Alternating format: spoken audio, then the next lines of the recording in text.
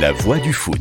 Bonjour à tous et bienvenue sur La Voix du foot, le retour de La Voix du foot qui renaît avec le football amateur dont le championnat était de retour ce week-end. Ravi de vous retrouver donc avec Warren Messina. Bonjour Warren. Bonjour Fabrice. Rida Boukerchaïla. Bonjour Fabrice. Et Kevin Hernandez. Oui, bonjour à tous. Bonjour Tous trois d'Actu Foot, ça fait vraiment plaisir de vous retrouver les gars. Ça fait aussi plaisir de te revoir ici dans nos locaux. Ah ouais, en plus des nouveaux studios flambant neufs. Franchement, magnifique. Vous avez investi, on voit que ça gagne, hein, ça palpe. Hein, du côté d'Actu Foot, ça rentre. Bravo les gars. Sans commentaire. Donc, La Voix du foot, justement, légèrement remaniée, puisqu'on va vous proposer dorénavant des émissions régionales. On a étendu le 06 et poussé les murs pour vous proposer une spéciale PACA, une région où il se passe beaucoup de choses, avec une culture foot incroyable et des clubs qui bougent. Boudjelal est arrivé hier, Gentil-Gana manager au Sporting Club de Toulon, des projets de fusion qui fleurissent, des nouveaux investisseurs, bref, du lourd. Et au sommaire de cette émission, donc, retour sur le championnat du National 2 et les matchs en retard de Grasse et de l'OM2. On évoquera évidemment la manière dont va se passer le championnat en raison de la Covid, hein, la réorganisation, tout ça, parce que franchement, j'y comprends pas grand chose, même si Rida, tu m'expliquais 3 fois, mais chaque fois au bout de 2 minutes je décroche, hein. J'ai la concentration un peu d'un poisson rouge, au bout de 2 minutes il n'y a plus personne. Qui sera le plus grand club du Var, Toulon hier ou Fréjus Saint-Raphaël? On en parle dans un instant.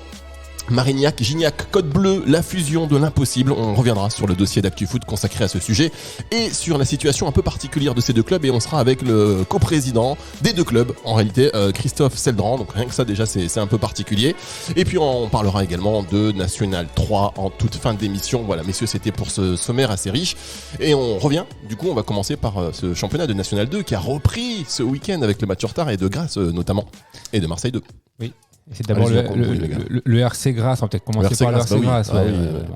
On a poussé le 06, on va commencer par le 06. Exactement. Le RC Grasse, du coup, qui jouait contre Jura Sud en match en retard, victoire du RC Grasse, 1-0, but de Sami Bagdadi, dans une prestation plutôt costaud, solide de la part du RC Grasse, qui a évolué à 10 pendant 45 minutes, suite à l'expulsion juste avant la mi-temps de Fabien Dao Castellana. Une bonne petite prestation qui permet aux Grassois tout de suite qu'ils étaient 10e avant le coup d'envoi, ça leur permet de passer dans les 8 et ils ont encore un match en retard contre Fréjus. En cas de victoire, ils reviendraient à la hauteur de Fréjus, donc 5e au classement. Et pour revenir justement sur ce que tu ne comprenais pas, merci de souligner. C'est important. Les 8 premiers en fait de ce classement, donc c'est pourquoi le N2 reprend, comment le N2 reprend plutôt. Déjà donc, si tu commences à t'embrouiller, voilà, alors chers auditeurs, prenez un peu de temps, prenez un café, un thé, je sais pas ce que vous faites, mais prenez le temps. C'est important de poser les choses. Rida va vous expliquer. C'est important de poser les choses.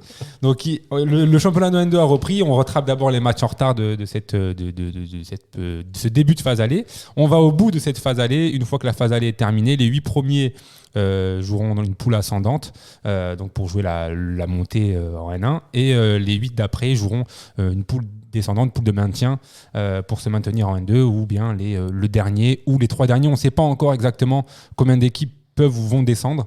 Donc pour le moment c'est encore un petit peu flou à ce niveau-là, mais voilà, ça sera donc une poule de maintien avec 8 équipes également. Donc c'est pour ça c'est très important pour Grasse d'être dans les 8 premiers, c'est un objectif hein, de jouer la montée. Donc là, pour le moment, en tout cas, il se relance plutôt bien. Mais alors du coup, dans cette poule de 8 ascendante, pour jouer la montée, il y a combien de personnes qui vont monter finalement? Combien de clubs? Un seul. Et en match aller? En fait, c'est pas des matchs allés. En fait, si tu veux, ça sera la suite des matchs retour, mais que entre eux en fait. C'est un mini-championnat. En fait, si tu veux, on garde les points des matchs allés. Ok. Si tu veux, par exemple, Grasse aura par exemple 20 points. Et s'ils ont joué au match aller à domicile contre le Gol FC, dans cette poule ascendante, ils joueront le match retour entre guillemets. Donc ils iront jouer au Gol FC. Même si le Gol FC ne fait pas partie des 8 clubs. Non, s'ils font pas partie des 8, voilà. Ils jouent pas. Voilà. D'accord. En fait, c'est entre eux. Donc, ça sera vraiment. Il y aura 7 matchs en tout par équipe dans cette. D'accord. Donc, il y aura 2 mini-championnats qui se joueront en play-off pour la montée, play-down pour les descentes, avec 8 équipes dans un championnat, 8 équipes dans l'autre. Ça simplement. C'est pour éviter, je pense, 15 journées. C'est ça. Bien sûr. Et qu'il n'y en ait que 7. Mais du coup, c'est super pour Grasse, parce que quelque part, ils n'étaient pas partis là, vu comme même s'il y a beaucoup de matchs en retard et que rien n'est fait, mais bon, c'était pas évident. Après, c'est un championnat très serré. Ouais, ils ont des matchs en retard. C'est un championnat serré. C'est super. Quand ils ont appris la nouvelle, à mon avis, ils se sont pas dit que c'était super, vu qu'ils avaient quand même 2 matchs en retard et qu'ils savaient pas à l'avance quels allaient être les résultats de ces matchs-là.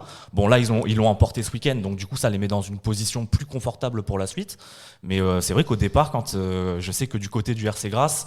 Quand on a appris qu'il y avait la reprise du championnat de N2, Exactement. on n'était pas totalement enthousiaste à il voulait l'idée de le reprendre. il voulait faire quoi? Il voulait que ça s'arrête. Non, c'est pas une question d'enthousiasme à l'idée de reprendre, c'était le timing entre l'annonce de la reprise bien sûr. Non, mais qui ça, était c'est très logique, court bien sûr. et bien évidemment ce premier match en retard qui arrivait là, il faut quand même savoir que grâce à 4 mois, qu'a eu 4 mois sans compétition, hein, alors certes il y a eu des oppositions internes, mais les oppositions internes, on sait très bien ici, nous autour de cette table et les auditeurs qui nous écoutent, ça remplace pas le match amical ou le match officiel, donc forcément ça se ressent un peu dans les jambes. Et j'en avais parlé avec l'entraîneur Loïc Chabas qui quand il a appris la nouvelle de la reprise du championnat de N2 a été un petit peu inquiet parce qu'il savait très bien, et il me l'a dit, lui-même l'a avoué, que les 2 matchs en retard, ceux qui arrivaient donc le week-end dernier plus celui qui arrive le week-end prochain, étaient très importants pour la suite du championnat pour atteindre soit les playoffs soit les play-downs. C'est ça. Exactement. Donc, là, il a réussi son premier pari. Il y en a un deuxième qui l'attend le week-end prochain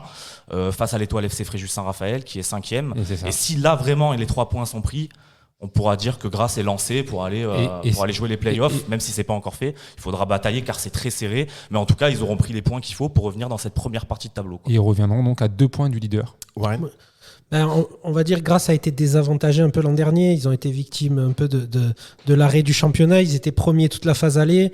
Presque tout le championnat, ils ont dominé en étant premiers. Et au moment de la fin du championnat en courte saison, ils se sont retrouvés à 2 points d'Annecy.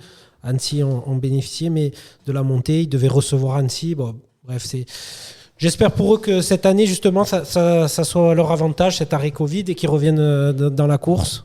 Parce que par rapport au travail qui est fait depuis l'arrivée du nouvel investisseur, c'est plutôt cohérent. Il y a des résultats, et en espérant qu'ils vont atteindre la montée, qui est l'objectif. Et d'ailleurs, il y avait des nouvelles recrues, je crois, pour cette reprise du côté de Grasse. Vincent Muratori, donc l'ancien joueur de l'AS Monaco et de l'AS Nancy-Lorraine. Plus de 200 matchs en pro. Donc, d'ailleurs, il a joué son premier match du coup officiel, forcément, ce samedi au poste de défenseur central.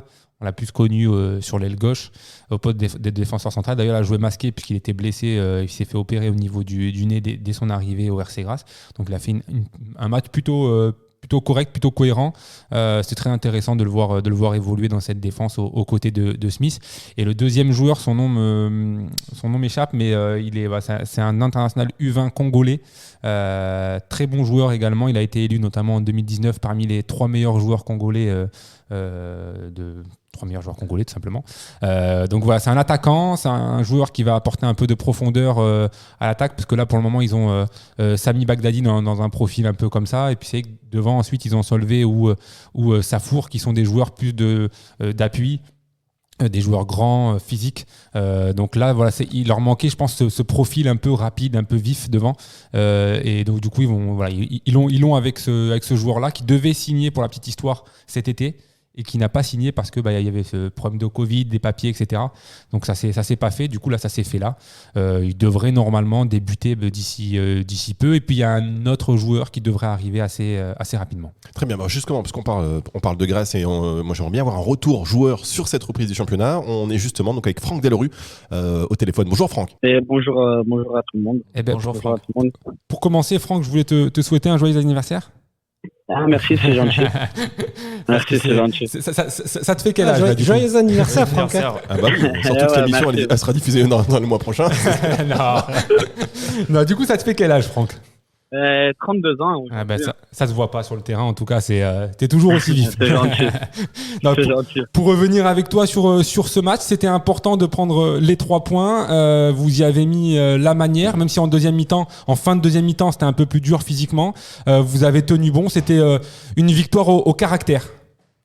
Oui, c'est ça. Oui, c'était très important déjà d'être de retour sur le terrain. On était tous très contents de pouvoir reprendre la compétition, et oui, on avait à cœur de gagner ce premier match pour, on va dire, repartir sur des bonnes bases, parce qu'on n'était pas très très bien parti sur le début de saison. Donc oui, on avait beaucoup d'envie, on l'a montré d'entrée, on a essayé d'imposer notre rythme, et oui, ça s'est bien passé. Ça s'est bien passé jusqu'à l'expulsion. Ouais.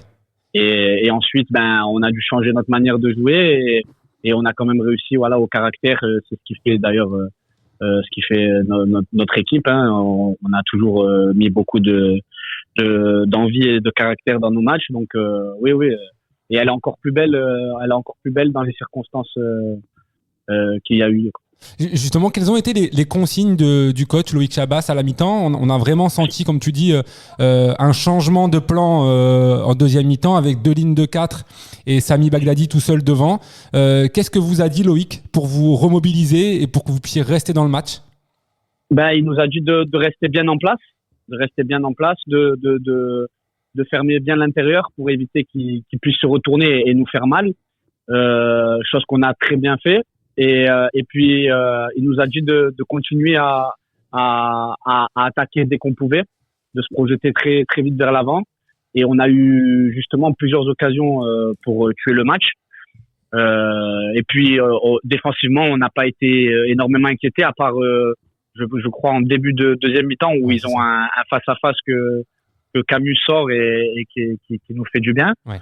Donc non, je pense qu'on a très bien géré cette infériorité et l'année dernière on l'a eu très souvent, ce cas de figure où je crois qu'on a été à 10 presque une dizaine de matchs l'année dernière et la plupart du temps on a réussi à accrocher quelque chose, voire même à gagner.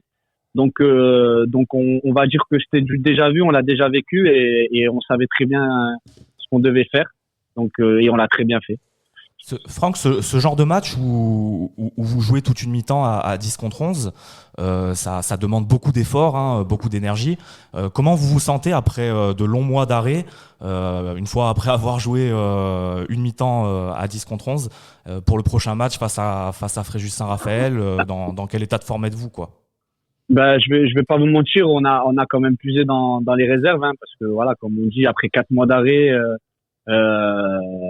et sans aucun match amical entre temps, on a puisé dans les réserves, mais bon, on s'est pas du tout arrêté pendant ces 4 mois, hein. On a continué à bosser, donc je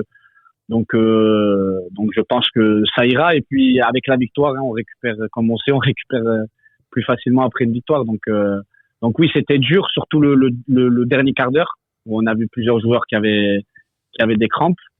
Mais bon, on verra, on va essayer de bien récupérer. Et puis on a un effectif assez fourni, donc je pense qu'en cas de pépin, on pourra s'appuyer sur tout l'effectif, quoi. Et j'ai une question pour vous, Franck. Est-ce que cet épisode de la Covid et tout ce que ça entraîne, est-ce que ça a changé quelque chose? Est-ce que ça a renforcé des liens de solidarité entre les joueurs? Est-ce que ça a créé un esprit? Est-ce que ça a apporté quelque chose de positif, en fait? Ah oui, bien sûr, parce qu'on sait ce que les gens vivent, et nous aussi, hein, on en fait partie. Nous, on va dire qu'on a de la chance d'être toujours ensemble. On s'entraîne tous les jours. Donc oui, l'esprit de groupe se renforce et c'est les seuls moments, on va dire, de liberté qu'on a et on est ensemble. Donc on a de la chance. Et oui, je pense. Et puis il y a eu beaucoup d'arrivées.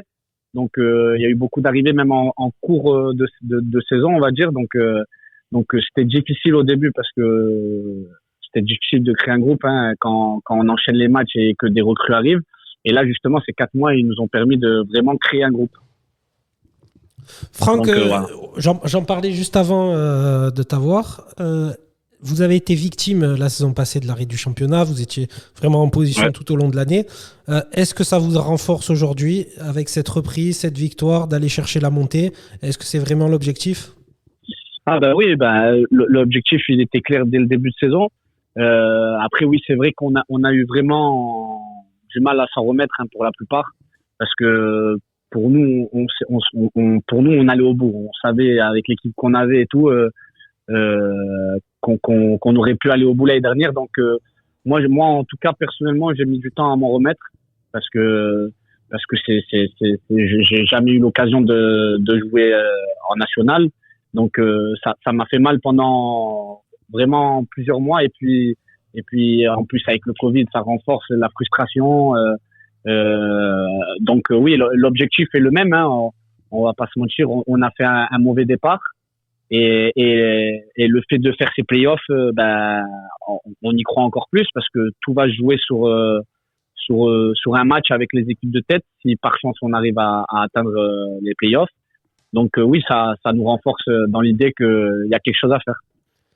Et toi, en tant que te connaissant, t'es un vrai fan de foot, ça n'a pas été trop dur ces 6 mois-là, à l'arrêt complet, sans pouvoir jouer Ah bah ouais, bah oui, on l'a jamais vécu. Et puis le fait d'être en pleine forme, parce que des fois il y a des blessures, on se dit on peut pas jouer, donc c'est comme ça, on se prépare pour reprendre. Mais là le fait d'être en pleine forme et de pas pouvoir jouer, de voir surtout qu'à la télé on voit des matchs tous les week-ends, toute la semaine on voit des matchs, les clubs pro jouent. Donc oui, et puis surtout moi qui, on va dire, je suis plus vers la fin qu'au début de ma carrière, donc oui, chaque mois de perdu, je les rattraperai plus, quoi. Merci beaucoup Franck Guedru, merci d'avoir été avec nous aujourd'hui dans La Voix du Foot. Et merci à vous. Bon courage pour le match du 6 mars à Fréjus, Saint-Raphaël. Ça va être un gros match qui a beaucoup d'enjeux aussi pour ce match-là. Ouais. Gros derby, gros enjeux. Oui, un derby. Voilà. Merci beaucoup. On va accrocher quelque chose. Allez, je vous remercie et passez une bonne journée. Merci, à bientôt. Alors, quand on faisait une émission spéciale 06, on pouvait dire bon courage au FC Grasse, au RC Grasse pour Fréjus, on aurait été de tout cœur derrière Grasse, mais là, comme on fait une émission régionale, maintenant, on s'en fout que le meilleur gagne. Il faut être pour tout le monde. Il y avait un second match également, Fabrice. Oui, un second match avec l'OM 2 qui a fait match nul contre Rumilly-Vallière, c'est ça? Exactement. Oui. Kevin, je crois que un match nul 0-0 face au GFA Rumilly-Vallière 74, match à domicile. Un match qui a été assez équilibré entre les deux équipes, mais tout de même l'OM a dominé nettement sur la deuxième période. Voilà, mais il n'y avait pas énormément d'actions des deux côtés. Il y en a peut-être eu 3-4 du côté de l'OM et il manquait la finition pour l'emporter ce jour-là. Et d'ailleurs, à l'OM, du côté de l'OM, il y avait la nouvelle petite recrue qui arrive de la Juventus, là, qui a fait ses débuts. Il y avait pas mal de nouveautés du côté de l'OM parce que déjà, on avait un entraîneur qui n'était pas habitué à être sur le banc de la N2. On avait Abardonado qui était sur le banc de la N2 à la place d'Anziani, car Anziani était avec l'équipe 1 en tant qu'adjoint de Nassar Larguette. Donc voilà, du coup, c'est Anziani c'était Abardonado qui était aux commandes. Et il y avait, comme tu disais, Rida, Franco Tondia, le jeune qui arrive tout droit de la Juventus Turin et qui a fait ses premiers pas avec la réserve de l'OM. C'était plutôt pas mal. Honnêtement, c'était plutôt pas mal. J'ai lu sur Twitter beaucoup qui disaient il est largement au-dessus des autres et tout. C'est faux. Voilà, je vous le dis tout de suite, c'est faux. Il faut pas s'attendre non plus pour l'instant à la grosse révélation, la grande pépite du centre de formation de l'OM. Mais il a été vraiment très présent et il a des qualités. Et il jouait pas à son poste. Il jouait pas à son poste. Là, il avait joué sur l'aile gauche, alors que c'est plus quelqu'un qui est dans le cœur du jeu normalement. Exactement. Il était attaquant gauche et normalement, il est plutôt meneur de jeu milieu offensif. Alors qu'est-ce qui se passe quand c'est vrai que c'est toujours hallucinant.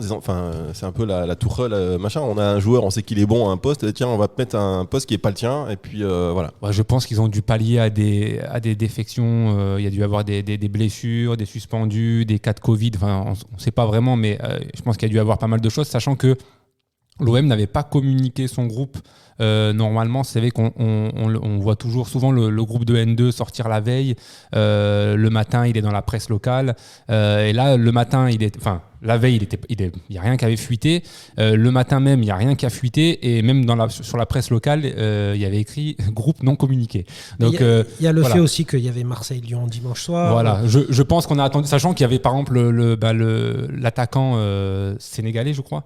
Dieng, c'est ça? Bemba Dieng. Voilà, qui était également dans le groupe là, alors que ça fait 2-3 matchs là. Il a vendangé comme pas possible avec la réserve.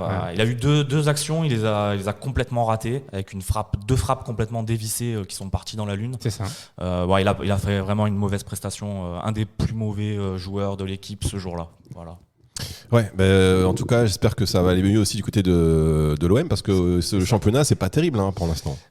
C'est pas terrible. Ils sont dans une mauvaise passe puisqu'ils sont actuellement derniers avec. Ça fait quelques années qu'ils sont dans une mauvaise passe. À chaque fois, mais là, ils y échappent à chaque fois. À un moment, forcément. Là, quand même, là, t'as 6 points. Ils risquent de tomber. Ouais, mais tout à l'heure en off, Warren a dit quelque chose qui m'a un petit peu fait réfléchir. C'est que c'est vrai, les réserves de club pro ne pourront pas, quoi qu'il arrive, monter la saison prochaine, donc elles n'ont aucun intérêt à faire partie des playoffs et du coup jusqu'à la fin de la phase aller elles n'ont aucun enjeu. Marseille était en mauvaise posture avant qu'on sache. Oui, bien sûr, mais là aujourd'hui c'est préférable quand même pour des clubs comme Monaco, donc là qui sont concernés, Monaco, Lyon, Marseille, c'est préférable quand même d'être dans la poule ascendante où tu Bien sais sûr. très bien que de toute façon tu seras tranquille, de toute façon tu peux pas monter et tu ne peux pas descendre, plutôt que d'être dans la position de l'OM où tu es dernier, où tu sais que tu vas partir avec cet handicap-là pour la poule descendante, enfin la poule de maintien.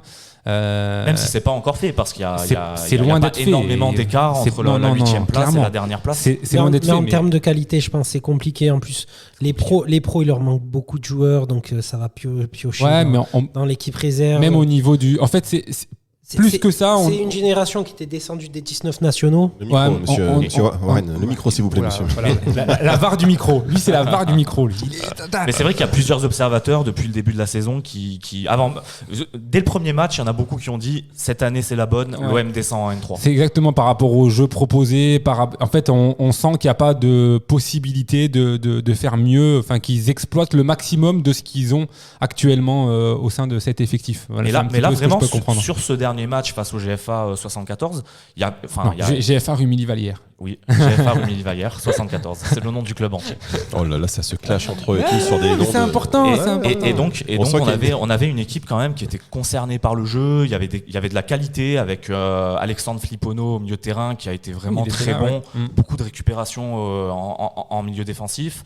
T'avais Tchèque Soirée aussi qui était vraiment pas mal avec des gros décalages et tout qui ont été faits sur le côté. Non, franchement, c'était bien. Et Franco Tondia, on dit oui, il est milieu offensif, on l'a mis sur le côté gauche, mais il a les qualités pour jouer aussi à ce poste. Ah oui, il est clairement. rapide, il a multiplié les efforts, il est redescendu à chaque fois aider sur son côté gauche en défense. Non, franchement, il était très crédible et même s'il est milieu offensif, meneur de jeu de formation, il peut largement Moi, je te évoluer fais sur ce côté-là. quoi. entièrement confiance, Kevin, parce que j'ai jamais vu jouer, donc Ouais, non, mais je bois c'est tes un bon paroles. joueur, c'est un Je bon bois tes joueur. paroles tout en étant sceptique quand même. Voilà, c'est un bon joueur, mais sans plus. C'est pas ce qu'on a dit sur les réseaux sociaux, c'est pas la grande vedette. Non mais sur les réseaux sociaux, c'est ces agents qui sont là. C'est Attends, ça. t'oublies pas, ils ont créé 50 comptes Twitter pour dire le mec est énorme, on le Et ça sait. sur Espoir J'ai- du foot. par Enfin, j'ai exemple. fait la même chose pour mon fils, ça a jamais marché. Je pense que la Juve l'aurait gardé. C'est ça. Ah, après ça veut rien dire. Attention, Ah, quand même. Bon, mais bon, effectivement. L'évolution, on ne sait pas, mais si un crack international, en général, un club comme la Juve, au même titre que le Bayern de Munich avec Cuisance, si c'est un crack international, en général, il les garde. Ouais, enfin Cuisance, effectivement, c'est pas un crack international. Ça, c'est Non, clair. c'est pas- C'est clair. du tout même. Mais bon, alors, pour messieurs, le je moment. vous propose qu'on enchaîne. On a fait un point sur cette Nationale 2 et on rappelle donc, voilà, notamment ce gros derby à venir pour Fréjus Saint-Raphaël contre Grasse. On va suivre Oui, ça. il y aura un deuxième match aussi ce week-end. Oui. C'est Jura Sud qui accueillera le FC Martigues. Le FC Martigues qui est d'ailleurs bien placé puisqu'ils sont 4e au classement. Exactement. Et donc la transition avec Fréjus Saint-Raphaël, c'est voilà. Pour le deuxième sujet de cette émission, qui sera le plus gros club varois entre Fréjus Saint-Raphaël, hier et Toulon, en sachant qu'il se passe beaucoup de choses. Hier, l'arrivée de Boudjelal, à Toulon, Jean Tigana qui déclarait encore aujourd'hui que... Boudjelal et Anelka. Et Anelka, oui, en plus Anelka. j'avais oublié Nicolas Anelka, mais depuis qu'il est parti des vestiaires, je sais plus ce qu'il est devenu. Non, pardon, mais... Ça va Sans- les gars, sans il y a commentaire. prescription, Sans les gars, commentaire. il y a C'est prescription. ça, c'est plus de 10 ans. Il y a plus de 10 ans, c'est vraiment maintenant, ça roule, personne s'en souvient. Non mais en fait ça bouge et avec Jean Tigana justement donc à Toulon qui vient de manière bénévole, visiblement. Exactement. Voilà, j'ai lu l'article et en tous les cas avec un gros défi, une grosse envie de remonter dans l'élite assez rapidement. De toute façon, ça a toujours été un petit peu l'objectif du Sporting Club Toulon. On a suivi un petit peu l'épisode Boudjelal Sporting Club Toulon qui a un petit peu animé nos mois de l'année 2020. Finalement, ça ne s'est pas fait. On connaissait un petit peu la réticence parce que Boudjelal, lui, voulait récupérer le club. On connaissait la réticence de Claude Joy, l'actionnaire. C'est pas le président, hein, c'est l'actionnaire majoritaire. L'actionnaire majoritaire. Voilà, oui. l'actionnaire majoritaire du club, de sa volonté de ne pas vendre. Là aujourd'hui, l'arrivée de Jean Tigana peut un petit peu, forcément un petit peu rebousculer un petit peu les choses. Il faudra voir le projet qu'il va mettre en place. Aujourd'hui, Toulon est bien placé, hein, ils sont 4e, je crois, du championnat. Alors juste petite synthèse, Toulon 3e pour l'instant, 3e avec 9 matchs joués et 16 points. Fréjus 4e avec 8 matchs joués et 15 points. Et hier, un petit peu plus décroché avec ils sont 7e avec 9 matchs joués et 13 points. Donc on va faire un petit tour de table. Kevin, qui pour toi, selon toi, qui sera le gros club varois? Pour moi, cette saison ou pour l'avenir Moi, j'ai envie de te dire un peu plus dans l'avenir, dans les 2-3 ans qui vont arriver là. Moi, je miserais plus sur le IRFC par rapport à l'arrivée de Mourad Boudjelal et de Nicolas Anelka. c'est vrai, c'est le milieu du foot, c'est pas le rugby, mais on connaît quand même ce qu'a fait Mourad Boudjelal, les contacts qu'il a aussi. Mais ça veut rien dire. Il arrive quand même. Laisse-le exprimer son avis. Il a le droit de se tromper. Il a le droit de se tromper. Il arrive quand même avec Nicolas Anelka. Il sort un gros nom comme à l'époque quand il était arrivé au RCT au rugby avec Umaga. Donc moi je trouve qu'il recommence un peu sur les mêmes bases et pourquoi pas refaire le même scénario une deuxième fois mais dans le football. Moi en tout cas ça me fait rêver. J'aimerais bien qu'il le fasse. Pour le football varois, ce serait vraiment énorme aussi que le IRFC reprenne un petit peu l'ascendant sur Toulon, qui est un club historique, mais ça leur fera de la concurrence et ce sera pas plus mal pour eux.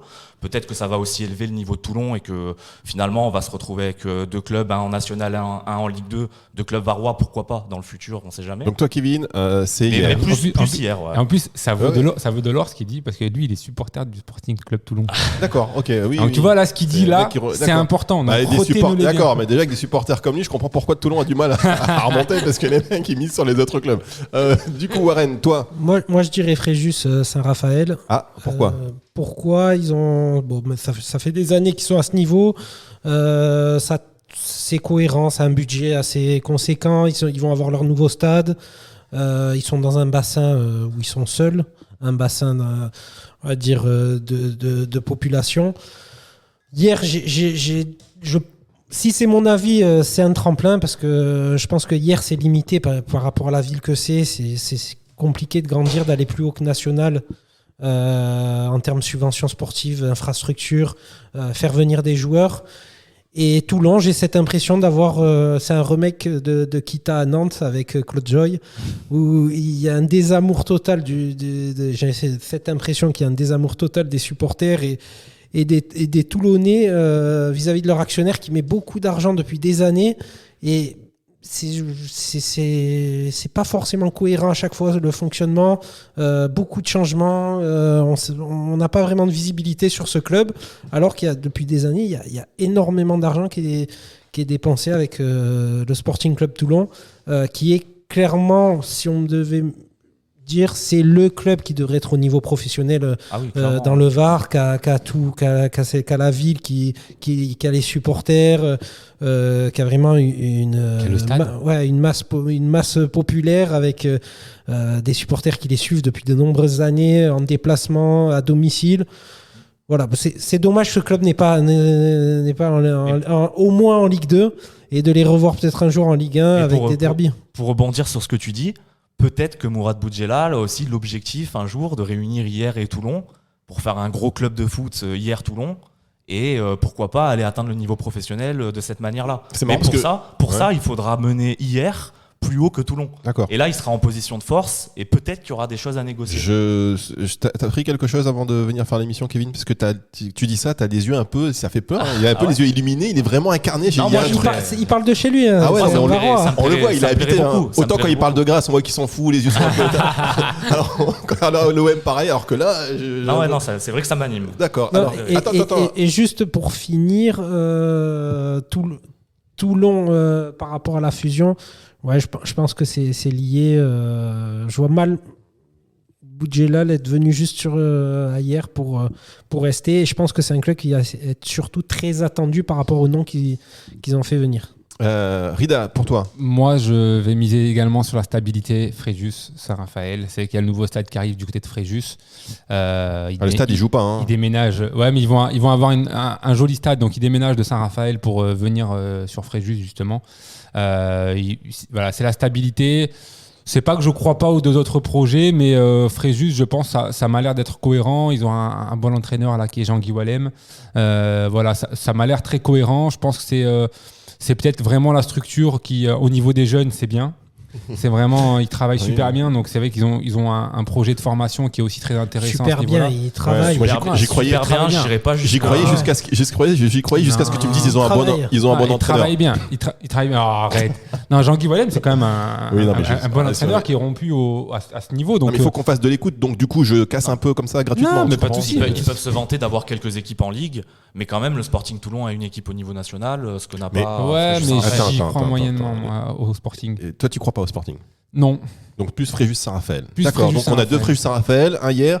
Et moi, franchement, je pense à Toulon. Moi, j'y crois parce que le duo de Tigana-Damiano, c'est quand même un duo qui ont expérimenté, déjà qui ne coûte pas d'argent à la base. Donc, ça va pas entamer les finances du club. Et puis surtout, j'ai lu un peu les interviews. Il y a vraiment une vraie volonté de bien faire les choses. Il y a une grosse expérience. Damiano, pour rappel, il a joué à l'OGC Nice, effectivement, pour ceux qui s'en souviennent en tant que joueur pendant plus de 10 ans. Enfin, pendant 10 ans. À la Roma. Ancien membre du staff d'Aimé Jacquet parce que la France a été champion du monde, notamment adjoint de Houillet à Liverpool, il a joué à la Roma, adjoint de Ranieri à la Roma, à la Juve, donc une grosse expérience, un bel apport technique. Toulon, c'est une grosse histoire, c'est des joueurs comme Joseph-Antoine Bell, Jean Tigana, Corby, Solmeta, Ginola, Bernard Pardo. Ils sont amenés pour moi à remonter à un moment donné et à refigurer parmi l'élite du sport français. Pour moi, c'est le destin qui est comme ça. Alors, est-ce qu'il y a une fusion avec hier ou pas? Mais pour moi, Toulon, clairement, j'ai l'impression que c'est le porte-étendard du Var. Moi, j'aurais vraiment cru C'est pas une avec. impression, c'est vrai. J'aurais vraiment cru avec Boudjelal au Sporting Toulon en créant cette atmosphère. Moi, j'ai une question. Pourquoi, par exemple, le fait que tu dises, Boudjelal et Anelka, en quoi ce duo fait rêver? Autant Boudjelal seul, ok, mais Anelka, il a fait quoi, grosso modo, en tant qu'encadrant Il a tout à prouver, clairement. Ça, non, mais pourquoi aujourd'hui, c'est un atout, clairement, par rapport à audio Tigana, Damiano, par exemple? Moi, ça me fait pas rêver. C'est un Moi atout. non plus, ça me fait pas rêver. Alors, je pense que ça vous fait pas rêver, mais je pense que ça fait déjà rêver pas mal de joueurs amateurs, semi-professionnels, de se dire qu'il y a Mourad Boudjelal, Nicolas Anelka dans un projet. Direct, tu prends de la crédibilité, c'est quand même des noms voilà, c'est quand même des noms importants. Anelka dans le football et Boudjelal dans le business, dans le monde du rugby auparavant. Donc je pense quand même que là déjà tu as un cadre, tu sais que tu mets les pieds quelque part où il y a un projet, où il y a de l'ambition. Non, mais moi je reviens sur Anelka, Nicolas Anelka, que en tant que joueur, le talent, mais là c'est une reconversion. Enfin là il a tout à prouver. Qu'est-ce que la plus-value de Nicolas Anelka? Moi franchement je vois pour l'instant. Mais je rejoins Kevin sur ce qu'il dit, peut-être pour attirer des joueurs ou quand il va dire certaines choses. Oui, son expérience qui va apporter quelque chose, sachant qu'il a... Humainement, des échos qu'on a, c'est quand même quelqu'un de bien. Bon, on a tous en mémoire moi je suis persuadé, j'ai lu en plus l'article que vous avez fait sur ActuFoot et tout, franchement, et j'ai même vu le documentaire sur lui sur Netflix. Effectivement, moi c'est quelqu'un que j'aime bien, mais là il n'a jamais eu de soucis dans les groupes, je parle en tant que plus avec les médias. Mais là je t'entends apport, déjà la relation avec les médias elle est quand même hyper importante aujourd'hui, donc là forcément il va falloir travailler dessus, mais moi en termes il a un professionnels, spécialiste avec lui justement, il a un vrai spécialiste avec Mourad Boudjelal. moi c'est un point d'interrogation. Je suis d'accord avec ce que tu dis, Fabrice, parce que déjà, moi, j'ai eu le responsable du recrutement du Gol FC pendant le mercato d'hiver, un tout petit peu après le mercato d'hiver. Et donc, il m'a signalé que beaucoup de clubs de N2 étaient un petit peu révoltés face aux méthodes utilisées par le IRFC lors de ce dernier mercato hivernal, parce qu'apparemment, Boudjelal, Anelka et toute l'équipe, leur technique de recrutement, ce serait d'aller voir les joueurs, de leur dire combien tu touches. Ok, moi je te donne le double. Oui, et en plus de te donner le double, ça encore à la limite, c'est le mercato, ça peut marcher comme ça à la limite. Mais en plus de donner le double, ils crachent un petit peu sur le projet du club dans lequel ils sont actuellement. Donc ils dévalorisent un peu le projet. Par exemple, le joueur du Gol FC, on va lui dire, le projet du Gol FC, regarde, je te prouve par A plus B qui sert à rien, etc. Et donc il y a pas mal de clubs, je le sais, j'en ai entendu parler, pas que de la bouche du recruteur, du responsable du recrutement du Gol FC. Les méthodes sont pas très appréciées. Donc c'est vrai que le début de mandat d'Anelka, déjà, ça prouve qu'il n'a pas énormément d'expérience dans ce domaine de directeur sportif. Mais il va peut-être apprendre par la suite. Et ensuite, il y a autre chose qu'il faut prendre en compte, c'est que Nicolas Anelka, il n'arrive pas là comme ça, en disant « Bonjour, je suis Nicolas Anelka, j'ai une carrière de fou, j'ai joué à Chelsea ». Non, il arrive, il a fait une formation d'entraîneur, il a pris son temps à se former à ce travail.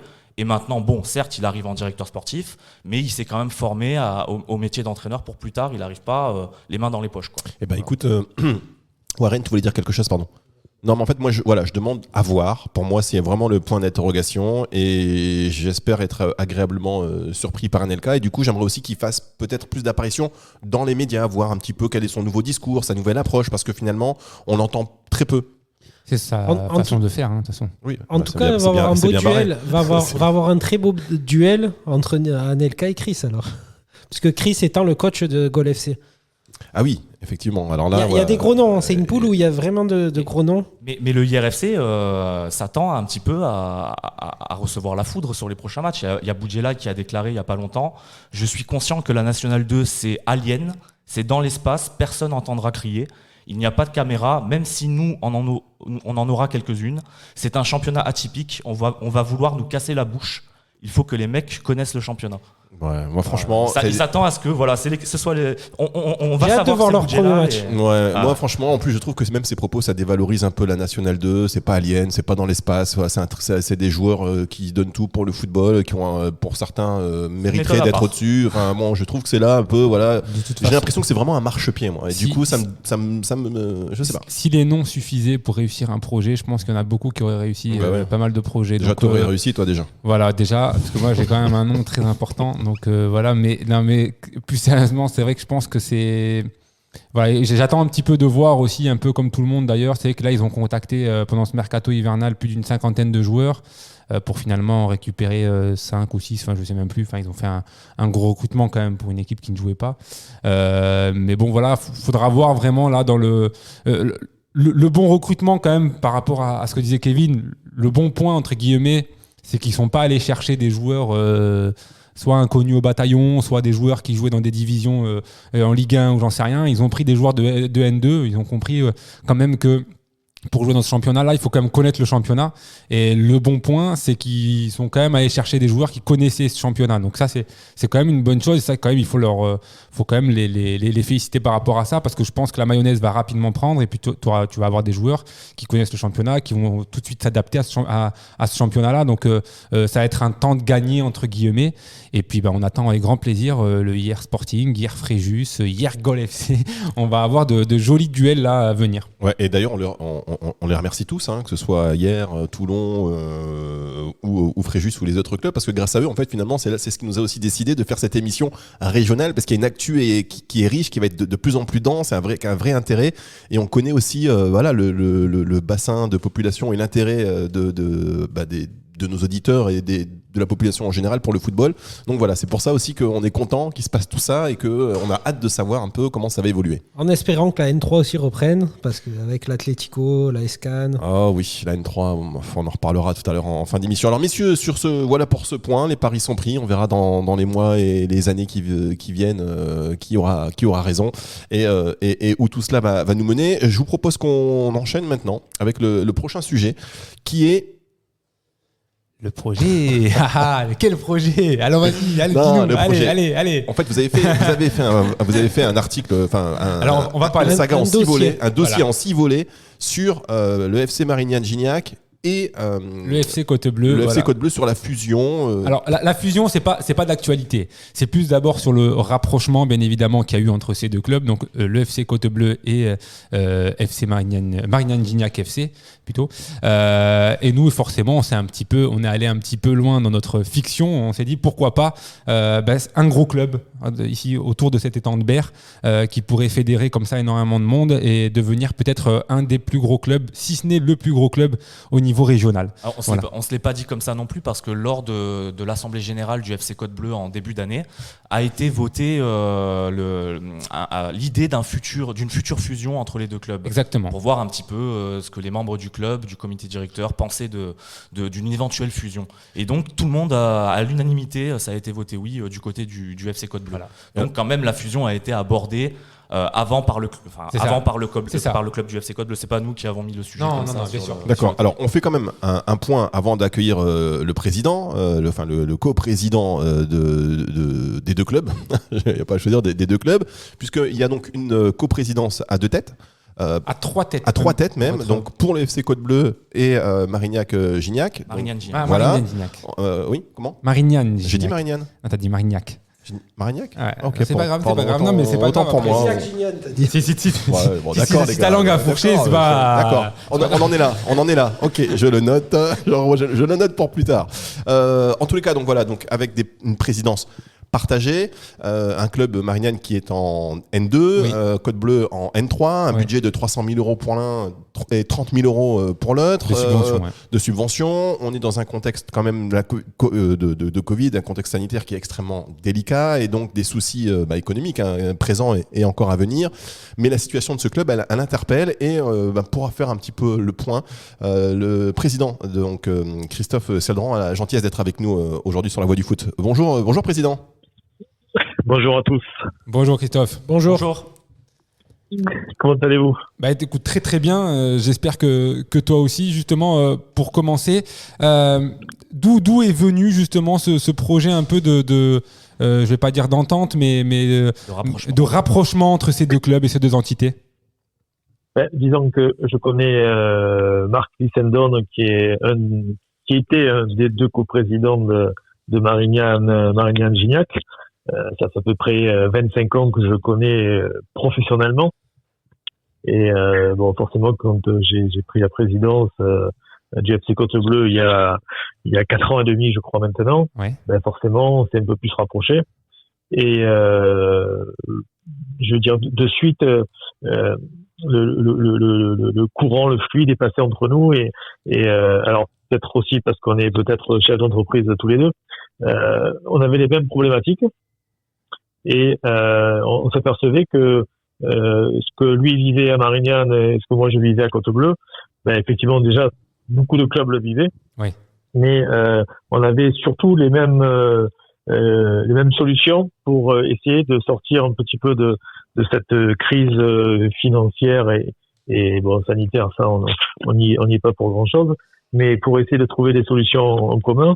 Et moi, j'avais déjà essayé à maintes reprises de mutualiser avec des clubs voisins, notamment l'AS Martigues Sud. Et ça s'était pas fait pour X et Y raisons, notamment politique de la part de la mairie de Martigues. Et tout simplement, on s'est rapproché donc avec Marc sur des projets communs. Ouais. Et on s'est aperçu très vite que plutôt que l'union fait toujours la force. Oui. C'est pas moi qui l'ai inventé.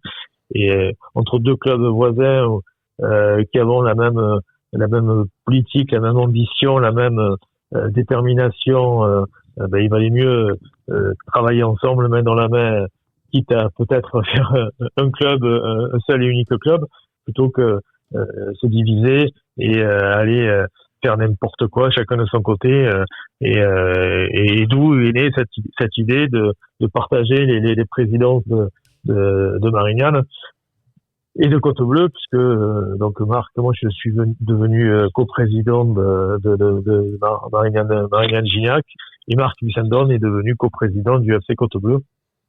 Ça montre vraiment cette envie de pas faire un club plus que l'autre, mais vraiment d'essayer de travailler en commun et de mettre des moyens en commun qui vont nous permettre de mutualiser encore une fois et d'arriver à ce que l'on voudrait faire. C'est effectivement mais tout dépendra du projet qu'on est en train d'écrire là aujourd'hui. Oui. Il y a quelqu'un qui est chargé du projet et on peut pas parler aujourd'hui de fusion ou pas de fusion tant que le projet n'est pas écrit. Oui. Alors une fois que le projet sera écrit, à ce moment-là, on pourra se dire peut-être qu'il vaut mieux faire une fusion, peut-être qu'il vaut mieux garder deux clubs et prioriser peut-être les jeunes d'un côté ou les seniors de l'autre. Bon, voilà. Mais ça veut dire que Tout ça est sur la table. Président, pardon, ça veut dire qu'en fait la coprésidence, elle s'est faite avant qu'il y ait un projet d'écrit. Elle s'est faite naturellement. D'accord, mais il y avait donc, Voilà. je pensais que c'était le projet qui était à la base de. Non, en fait, non. Alors, le projet est en train d'être écrit. Aujourd'hui, on sait où est-ce qu'on veut aller. Ça, c'est clair, net et précis. Après, c'est avec quels moyens et avec quelles personnes et donc l'objectif final, c'est quoi? Voilà. Donc à partir de là. Où est-ce que vous voulez aller du coup? Puisque c'est clair, net et précis. Où est-ce que vous voulez aller? Où est-ce qu'on vous attend là? C'est très clair. Aujourd'hui, la priorité déjà, c'est de se maintenir en National 2. Pour Marignane. Priorité absolue, se maintenir en National 2. Ensuite, stabiliser le club en National 2 et trouver notre place à l'échelon national. Parce que je pense que la place du plus gros club des Bouches-du-Rhône de Provence avec 850 licenciés, c'est quand même le national. C'est quand même hallucinant que sur un département comme la Provence, on est l'OM et les autres. Il y a un gouffre entre la Ligue 1 et il a l'équipe la plus haute qui est en National 2. Aujourd'hui, on a personne en Ligue 2, on a personne en National 1. Vous pensez que c'est normal? Encore, ils ont deux, trois clubs. Ça, clairement, pour un département comme les Bouches-du-Rhône, c'est clairement pas normal qu'il n'y ait pas d'autres clubs à minima en N1, quoi, à minima. Est-ce que vous voulez aussi prendre, on va dire, la place qu'avaient Martigues et Istres à l'époque, qui étaient au niveau professionnel? Historiquement, ils ont toujours eu ces clubs au niveau professionnel et qui y sont plus depuis maintenant quelques années. Mais après, tout dépendra encore une fois de quel est le projet du club. Est-ce qu'on aura les moyens financiers d'aller chercher la Ligue 2? Moi, je pense qu'à court terme, c'est pas possible. Donc, faisons d'abord les choses une après l'autre. Stabilisons-nous en National 2. Essayons d'aller chercher la National 1, puisque Marignane, quand même, était en National 1 il y a 2 ans. Ça devrait être notre division de référence. Après, construisons. Le club à des fondations solides de Marignane, donc notamment au niveau des jeunes, puisque toutes les catégories de jeunes sont au plus haut. Voilà, on va essayer de travailler sur ce projet, et en fonction de ce projet, après c'est vrai que par rapport à l'addition, si on additionne de Marignane et Côte-Bleue, il y a nous et les autres. Après, voilà, c'est encore une question, voilà, de comment on fait pour y aller, avec qui on y va, avec quels moyens on y va. Et ici, on a tout à construire. On n'est pas devant une page blanche parce que les fondations sont déjà posées.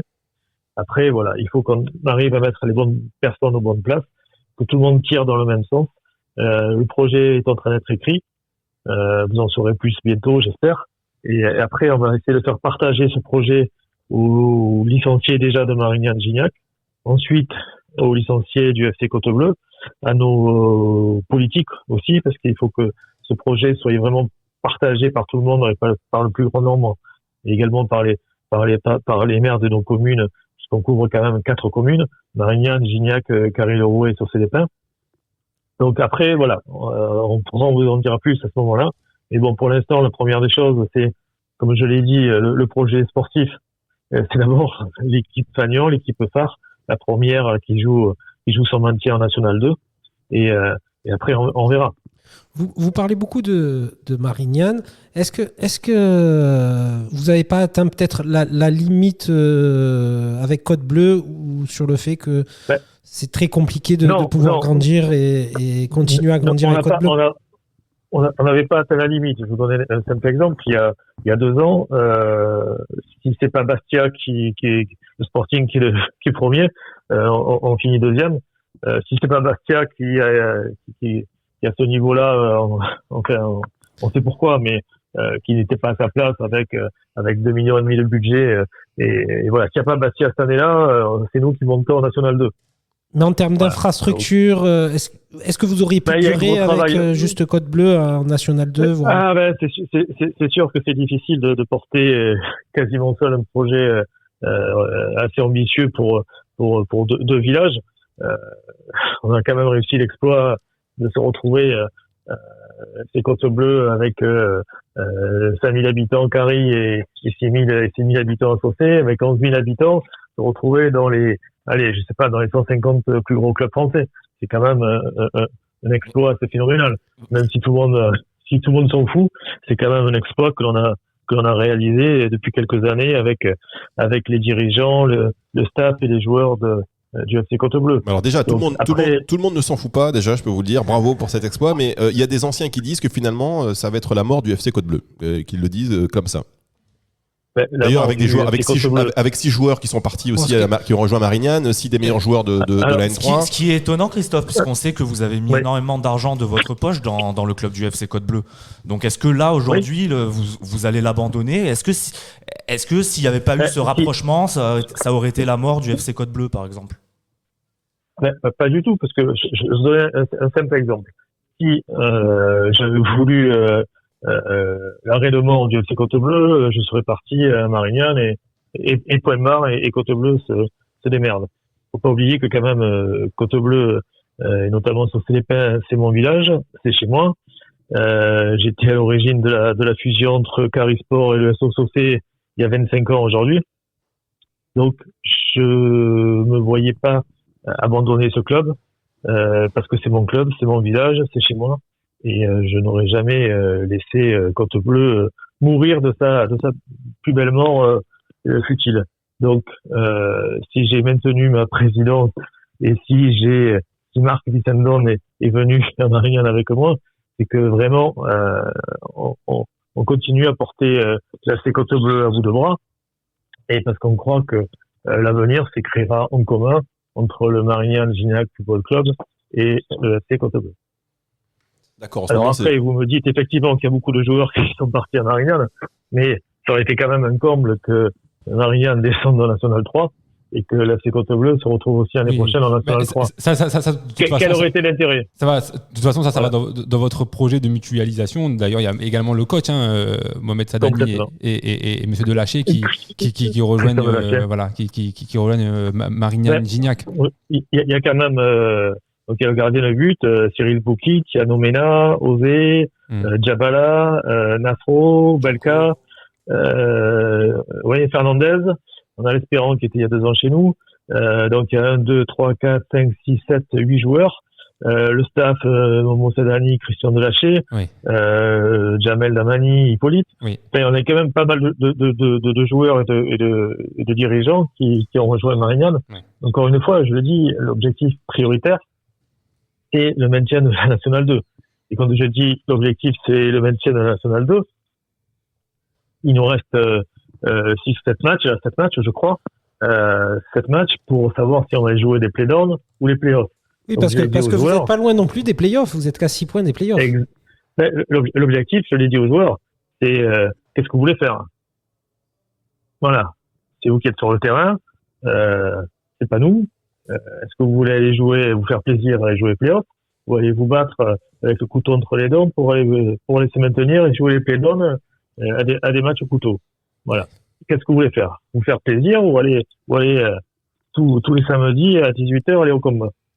Bon, voilà. C'est sûr que c'est beaucoup plus plaisant d'aller jouer les playoffs que de jouer exactement. De toute façon, ils savent très bien que ceux qui ils vont pas répondre présent là dans les prochains matchs, ils seront plus avec nous l'année prochaine. Ils le savent et tout a été très clair. Donc, maintenant, c'est à eux de prouver sur le terrain qu'ils ont le niveau pour jouer en National 2. Alors, dernière question, Président. Combien de temps c'est viable cette coprésidence pour les 2 clubs ? Est-ce que, c'est assez inédit quand même combien de temps vous voyez ça ? Est-ce qu'à terme, ça c'est censé durer quoi ? Une saison, 2 saisons ? Vous savez, entre Marignane et Gignac, ils ont fait un groupement, ils sont restés fiancés, on va dire, 6 ans ou 7 ans. Moi, je suis plutôt dans l'action et vous l'avez, pour ceux qui ont écouté la conférence de presse que l'on a faite, ou pour ceux qui ont assisté à l'Assemblée Générale du FC Côte-Bleue, et notamment le maire de Saucé qui était également présent, et je le remercie d'ailleurs. Voilà, l'objectif pour nous, c'est quoi ?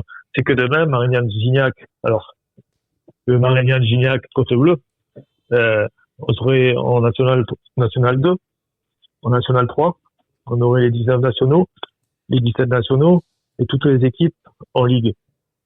Donc, quel serait l'intérêt de ne pas aller vers une fusion ?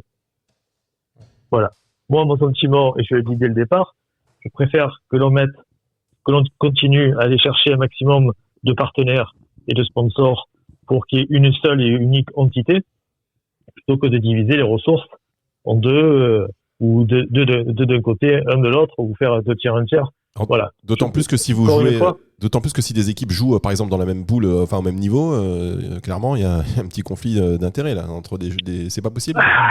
Ouais, d'accord, ok, on me recadre, on me dit que c'est pas possible. Non, mais ce que je me disais, j'étais en train de me dire, mais c'est quand même hallucinant si jamais il n'y a pas officiellement de fusion. Non, y a pas mais oui, mais c'est ça, mais s'il n'y a pas officiellement de fusion, donc c'est possible et qu'il y a donc juste une entente informelle. Clairement, 2 équipes de nationale qui jouent l'une contre l'autre, bon voilà, les concurrents ils vont grincer les dents quand même. C'est la première fois que j'entends cette situation de. Ça n'arrivera pas, ça n'arrivera pas parce qu'on va se maintenir au la main en National 2. Ah oui, non, mais bien sûr, ça je vous le souhaite. Je parlais plus des catégories en dessous quand même. Non, mais... Voilà. Non, mais après, je vous donne l'exemple des catégories en dessous. Vous savez que Côte-Bleue est un club formateur et il y a pas mal de joueurs qui évoluent en Ligue 2 ou en National ou ou en National 2, bien sûr, par la force des choses. Mais Marignane aussi est un club énormément formateur. Et l'exemple, c'est quoi? C'est aujourd'hui, on se retrouve Marignane et Côte-Bleue en 18 R1 pour accéder en 19 nationaux. Pour la montée, premier et deuxième. C'est ça? Première égalité. Première égalité. Donc on a 5 matchs, 5 victoires tous les deux. Donc voilà, quasiment des 18 jusqu'en U20, ils sont premiers, on est deuxième. Enfin voilà, tous les meilleurs jeunes quasiment de la région sont ou à Marignane ou à Côte-Bleue ou pas loin. Donc on va arrêter de se faire la guerre, on va travailler main dans la main. Et après, on va avoir les meilleures générations, on va avoir les meilleurs jeunes. On sait très bien que Marignane, on n'aura jamais, comme certains clubs voisins, 1 million d'euros de subvention. Oui. On est bien d'accord. Donc, à un moment donné, qu'est-ce qu'il faut faire? Il faut travailler sur la formation, il faut travailler sur les jeunes. Et à ce moment-là, essayer d'arriver à avoir, une grosse partie d'une génération d'âge qui arrive à évoluer en National 2 ou voire en National 1. Pourquoi j'ai dit que Côte-Bleue allait rester avec des joueurs uniquement U23 en National 3? Parce qu'on n'a pas les moyens d'aller chercher National 3. Vous savez qu'il y a des joueurs qui gagnent 3, 4, 5 000 euros. Voilà. Mais Donc, chez vous à Côte-Bleue, c'est pas le cas. Ça sera encore moins le cas demain. Donc, on est vraiment dans la formation, par la force des choses, et 2, parce que ça a toujours été dans l'ADN de Côte-Bleue de former les jeunes. Donc, aujourd'hui, c'est clair, net et précis. Côte-Bleue, il y a quasiment que des U23 qui jouent, avec effectivement peut-être un gardien qu'on a pris qui arrive, qui a un peu d'expérience, un défenseur central et un milieu de terrain qui a un peu plus d'expérience. Sinon, c'est que des jeunes. Demain, ces jeunes-là, ils sont bons, ils prouvent, ils vont aller jouer forcément, prioritairement, à Marignane. Ouais, il y aura des primes de transfert et tout dans l'histoire là-bas. En président, non mais je plaisante. Juste un mot sur la N3. Justement. Sur ce drôle de championnat du coup qui, lui, est toujours un petit peu en berne, à l'arrêt. Déjà, je comprends pas. Honnêtement, je comprends pas que le championnat national 2 reprenne. Je l'ai dit à la fédération, je l'ai dit aux personnes de la ligue. Je comprends pas. Alors effectivement, on me dit oui, mais parce que c'est un championnat où il y a des licences fédérales, le nombre moyen de licences de joueurs fédéraux est de 8 par club. Et ouais, mais 8 par club. Vous en avez combien? Là, du coup, puisque depuis que je suis arrivé à Marignane, on en a fait signer quelques-uns pour qu'ils puissent jouer le Côte-Bleue. Donc on est à 8 fédéraux. Donc vous êtes dans la moyenne. Donc on est pile poil dans la moyenne. Pile poil dans la moyenne, exactement. Donc ce que j'ai dit, c'est que bon, ok, il y a 11 joueurs sur le terrain, donc 8, ça fait une bonne partie de l'effectif, de l'équipe du 11 de départ, mais l'effectif c'est 25 joueurs. Donc ça fait grosso modo un tiers qui est soi-disant professionnel et 2 tiers qui travaillent. Mais qu'est-ce que vous auriez demandé, vous? Qui est amateur. Mais tout simplement la saison blanche. Oui, mais est-ce que c'est pas lié à votre place au classement? Parce qu'on a tendance que souvent ceux qui jouent en haut demandent à continuer le championnat et ceux qui sont un peu plus bas, ils demandent la saison blanche. Mais quand on voit qu'on se retrouve avec de Théoul à Menton, on se retrouve confiné le week-end sur la Côte d'Azur, et nous on nous fait reprendre le championnat national 2 où on dit bon effectivement le couvre-feu est à 18h, mais nous on continue à aller s'entraîner à 18h30 ou à 19h. Donc pour toi, il y a 2 poids 2 mesures. Complètement 2 poids 2 mesures. Ouais. Après, c'est le problème de la National 3. Oui. Mais c'était quand même important quand même de pouvoir reprendre. Est-ce que justement l'anomalie, c'est pas plutôt le championnat de National 2 n'aurait jamais dû s'arrêter, tout comme le championnat de National 1 au final. Ils auraient dû tout de suite continuer peut-être. Mais moi, je voudrais qu'à un moment donné, on m'explique, parce que moi, je suis petit chef d'entreprise et 1 plus 1, chez moi, ça fait 2. Oui. D'accord? Moi, il faudrait qu'on m'explique comment les clubs de National 1 font pour rentrer des sous. Comment ils font pour payer une masse salariale qui est de 2-3 millions. Comment ils font pour sortir l'argent. Voilà. Je veux qu'on m'explique comment ils font. Ils ont certainement des sponsors, des partenaires. Des subventions pour certains. Après, c'est sûr qu'il n'y a pas les entrées, les partenaires. Moi, personnellement, si je suis sponsor moi aujourd'hui, qu'il y a rien qui se joue, je dis vous êtes gentil, mais on remet ça la saison prochaine. Enfin, clairement, sachant que là, ils ont quand même une visibilité puisqu'ils sont quand même diffusés sur au contraire du N2. Oui, tu as 500 000 euros de droits télé. Oui, c'est pas énorme. Je suis d'accord. C'est rien du tout. Donc aujourd'hui, qu'est-ce qu'on est en train de faire? On est en train de mettre des clubs qui jouent aujourd'hui au national. Déjà que national 1, il fallait rester 1, 2 ans, 3 ans maximum parce qu'après c'était un gouffre financier. Oui. Et tout le monde peut te le dire, tous les présidents peuvent le dire. Ça c'est vrai. Donc aujourd'hui, il n'y a pas de rentrée, il n'y a pas de billetterie, il n'y a pas de buvette, il n'y a pas de sponsors parce que les sponsors, qu'est-ce qu'ils vont faire? Personne. Donc les sponsors, ils vont sponsoriser pourquoi? À part d'être des fous comme moi ou Marc Lissendon ou d'autres à Blanc. Après, c'est un peu le cas. C'est un peu le cas de ce championnat national. Avec les clubs, Sporting Club Bastia, Cholet, Red Star, c'est quand même des clubs historiquement avec des présidents qui ont un certain poids derrière. Et tous les autres. Donc aujourd'hui, déjà qu'on sait que la National 1, financièrement, c'est très difficile. Et quand je dis très difficile, c'est un euphémisme. Avec des rentrées en moins de partenaires, de billetterie et de sponsors et de subventions aussi, parce qu'il faut pas se leurrer, les conseils régionaux, les départementaux, les métropoles, même mettront moins d'argent de leur poche. Donc qu'est-ce qui va se passer? On va créer encore plus de problèmes en ayant fait reprendre un championnat national. Mais du coup, ça va être surtout sur les saisons prochaines, la difficulté, parce qu'aujourd'hui, clairement... Exactement. On est entièrement d'accord. Aujourd'hui, la situation, Vaille, nous, le championnat de National 2, quand on a appris que le championnat allait reprendre, mais qu'est-ce qu'on a fait? On a fait reprendre les joueurs. Moi, tous les joueurs étaient aussi bien à Côte-Bleue qu'à Canarien, étaient au chômage partiel. Ils s'entraînaient pas, on n'allait pas... voilà, donc aujourd'hui, donc on refait partir les joueurs, et on a fait un stage la semaine dernière pour essayer de les remettre un petit peu en forme et en condition, mais ça va être très difficile.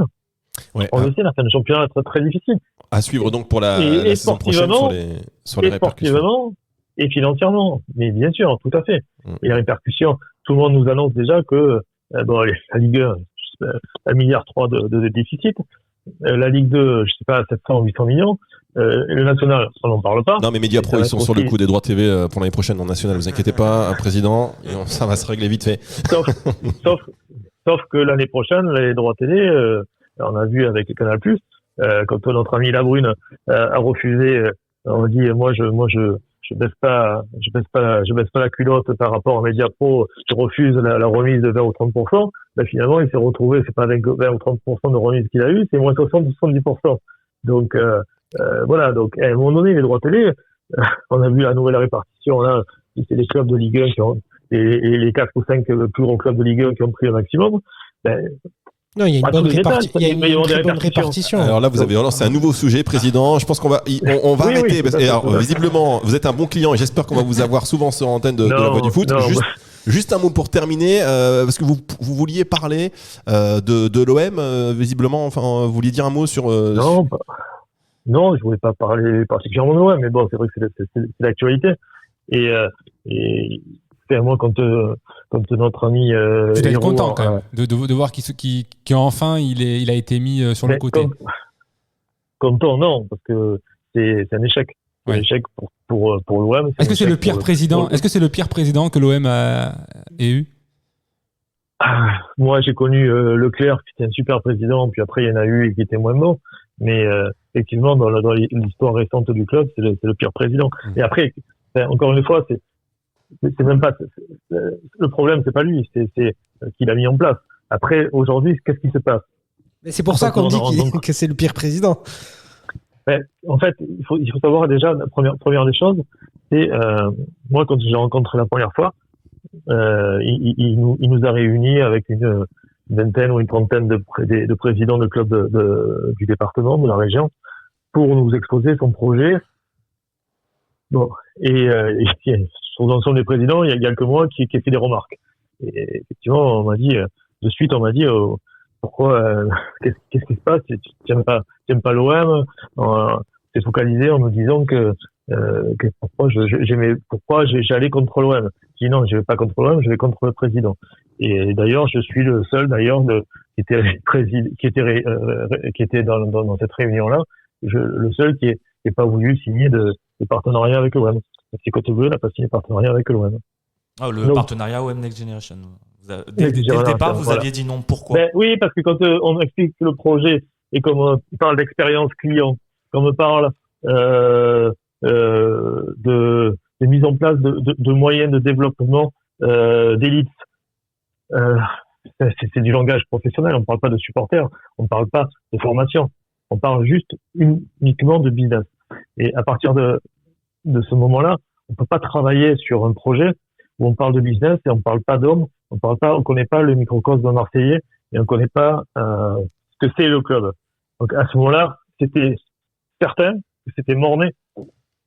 Ouais, la suite vous a... C'est la soupe. L'histoire vous a donné raison. L'histoire vous a donné raison et on aura peut-être l'occasion d'en reparler avec vous sur cette antenne et je pense qu'on en entendra parler parce que visible, il est quand même au comité, il est quand même au conseil d'administration.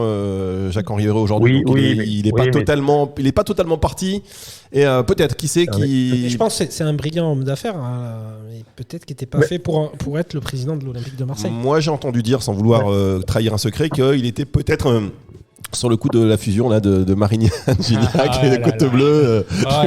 Alors, c'est déjà difficile pour nous qui sommes des passionnés. Alors pour lui qui soit président du PSG, de l'OM ou de Marignan, ça va être fusionnel. Vous allez voir, c'est le cas de le dire. Bon, ben merci beaucoup, président. Voilà. Merci beaucoup, Christophe. Avec plaisir. Avec plaisir. Merci. À bientôt dans la voie du foot. À très bientôt. Ouais. Et ben voilà, un homme qui a des choses à dire et c'est très intéressant. Et bon, on en reparle. Je pense qu'on va l'avoir de temps en temps sur l'antenne de la voie du foot. Messieurs, c'est terminé pour la voie du foot. 8h50 d'émission. On s'est bien. On s'est bien régalé. Plaisir. Toutes les bonnes choses ont une fin. Ah oui, ça fait longtemps qu'on s'était pas vu, donc on a débordé un tout petit peu. Kevin, Warren, Rida, je vous dis à bientôt et à la semaine prochaine si tout va bien. Très bientôt. À la semaine prochaine. Sur la voie du foot. Allez, ciao.